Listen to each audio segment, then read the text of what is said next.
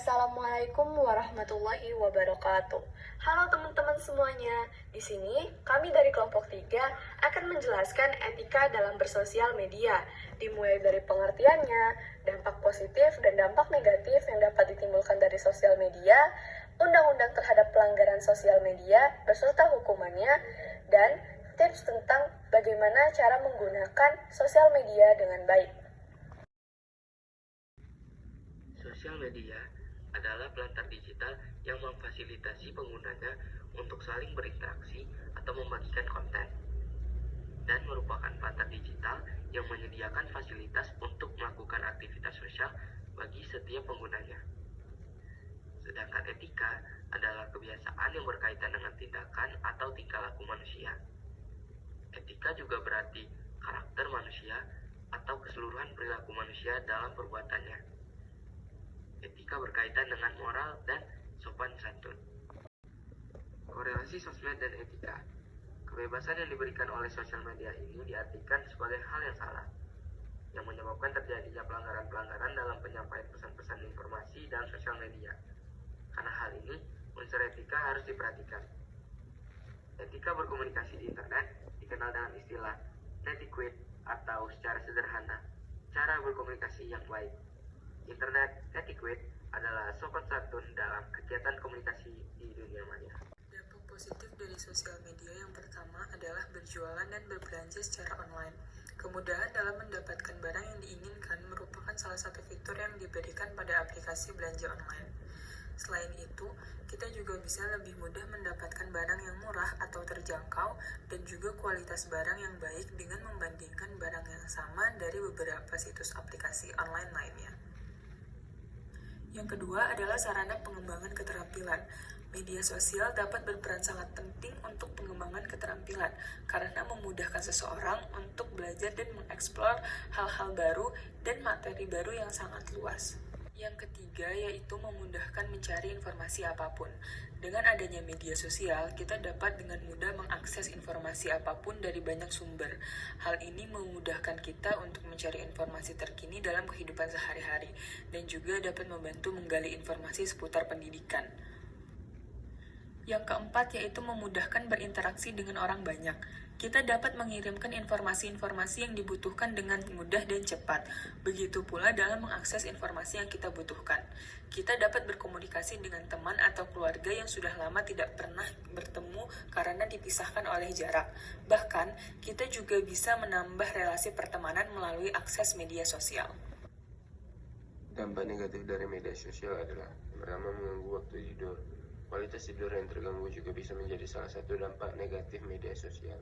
Penggunaan media sosial yang berlebihan dapat menyebabkan masalah pada kontrol diri, terutama jika Anda mengakses jejaring sosial menggunakan smartphone. Yang kedua, menyebabkan kecanduan. Media sosial memiliki efek buruk bagi otak.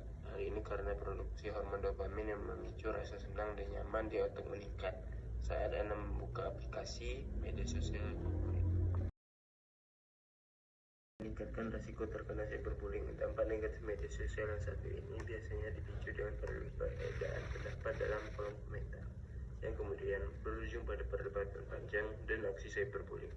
Ketika hal ini terjadi, korban cyberbullying dapat mengalami gangguan kesehatan mental seperti stres dan depresi, bahkan memicu keinginan untuk bunuh diri. Yang keempat, memicu kesalahpahaman. Saat sedang berkomunikasi melalui pesan teks, Anda tidak akan dapat melihat ekspresi wajah atau mendengarkan nada suara orang lain secara online. Akibatnya, kesalahan pahaman sangat mudah terjadi. Adapun etika komunikasi yang baik dalam media sosial adalah jangan menggunakan kata kasar, provokatif, porno, ataupun sara. Jangan memposting artikel atau status yang bohong. Jangan mengcopy-paste artikel atau gambar yang mempunyai hak cipta, serta memberikan komentar yang relevan. Adapun pasal 27 ayat 1 berbunyi, setiap orang dengan sengaja dan tanpa hak mendistribusikan dan mentransmisikan atau dapat membuat diaksesnya informasi elektronik dan dokumen elektronik yang memiliki muatan yang melanggar kesusilaan.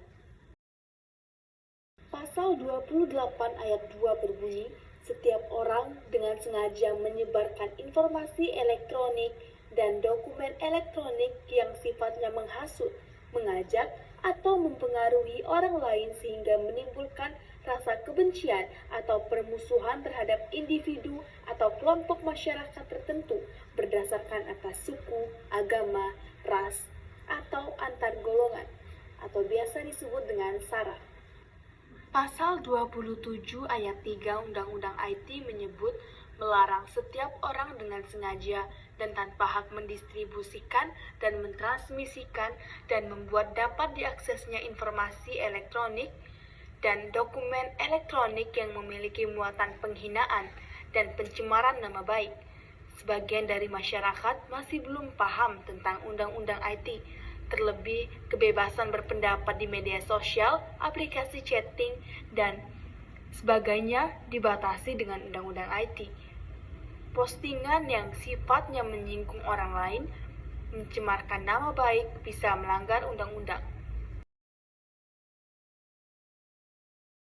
Hukuman dalam pasal 35 dan pasal 51 ayat 1 diatur bahwa setiap orang yang melakukan penciptaan informasi elektronik dan dokumen elektronik agar dianggap seolah-olah data yang otentik diancam dengan pidana penjara paling lama 12 tahun atau denda paling banyak 12 miliar rupiah. Tips bersosial media. Yang pertama, penggunaan bahasa yang sopan. Dalam beraktivitas di media sosial, hendaknya selalu menggunakan bahasa yang baik dan benar, sehingga tidak menimbulkan resiko kesalahpahaman yang tinggi dengan cara menjaga tutur kata dalam berkomunikasi di media sosial. Dan yang kedua, gunakan informasi yang jelas, tidak mengandung unsur hara dan hoaks. Diharapkan Anda berwaspada ketika menerima atau menyebarkan informasi. Dengan cara kita harus cerdas untuk menyaring berbagai informasi yang disajikan dan menggali informasi lebih dalam menyebarkan informasi dengan orang luas. Dan yang ketiga, tidak menyebarkan informasi pribadi. Ada baiknya Anda harus bersikap bijak dalam menyebarkan informasi mengenai kehidupan pribadi atau privasi Anda saat sedang menggunakan media sosial, dan dengan cara menjaga privasi di internet dan dengan jangan mudah oversharing di media sosial. Dan yang keempat, mengatur waktu dalam menggunakan sosmed. Bukan rahasia lagi kalau kebanyakan dari kita sudah kecanduan main media sosial. Menggunakan medsos untuk hiburan itu harus ada batas waktunya juga. Hal ini dikarenakan supaya Anda tidak kecanduan dan lebih produktif lagi. Sekian dari kami, atas perhatiannya kami ucapkan terima kasih. Wassalamualaikum warahmatullahi wabarakatuh.